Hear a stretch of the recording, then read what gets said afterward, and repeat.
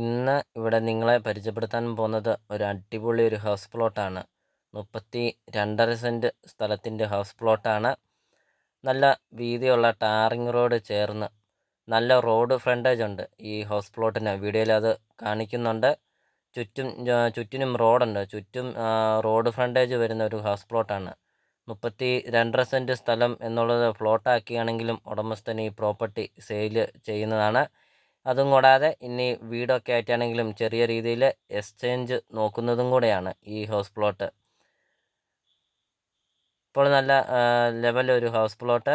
അപ്പോൾ അതും കൂടാതെ ഒരിക്കലും മറ്റില്ലാത്ത ഒരു കിണറുമുണ്ട് ഈ പ്ലോട്ടിൻ്റെ അകത്ത്. നേരിൽ വന്ന് കാണുക. ഈ പ്രോപ്പർട്ടിയെക്കുറിച്ചുള്ള കൂടുതൽ കാര്യങ്ങളൊക്കെ നമുക്കത് മനസ്സിലാക്കാൻ സാധിക്കും. അതിലുപരി ഏറ്റവും വലിയ പ്രധാനപ്പെട്ട പോയിന്റ് എന്ന് പറയുന്നത് ഹൈവേന്ന് കൃത്യം 250 മീറ്റർ മാത്രമേ ഉള്ളൂ. 250 മീറ്റർ മാറിയാൽ ഈ പ്ലോട്ടിലാണ് ഹൈവേന്ന്. പാലാ തൊടുപുഴ ഹൈവേ പാലാ തൊടുപുഴ ഹൈവേയിലാണ്.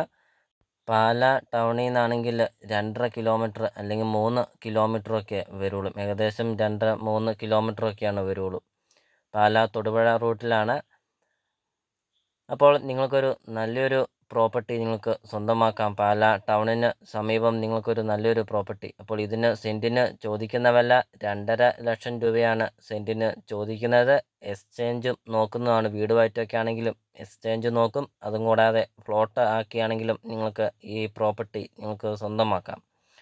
ഒരിക്കലും പറ്റില്ലാത്ത കിണർ വെള്ളമുണ്ട് വീഡിയോയിൽ കാണിക്കുന്നുണ്ട്. ചുറ്റും കരികല്ലും കൊണ്ടൊക്കെ കെട്ടി അതിമനോഹരമാക്കിയിരിക്കുന്ന ഒരു പ്രോപ്പർട്ടി.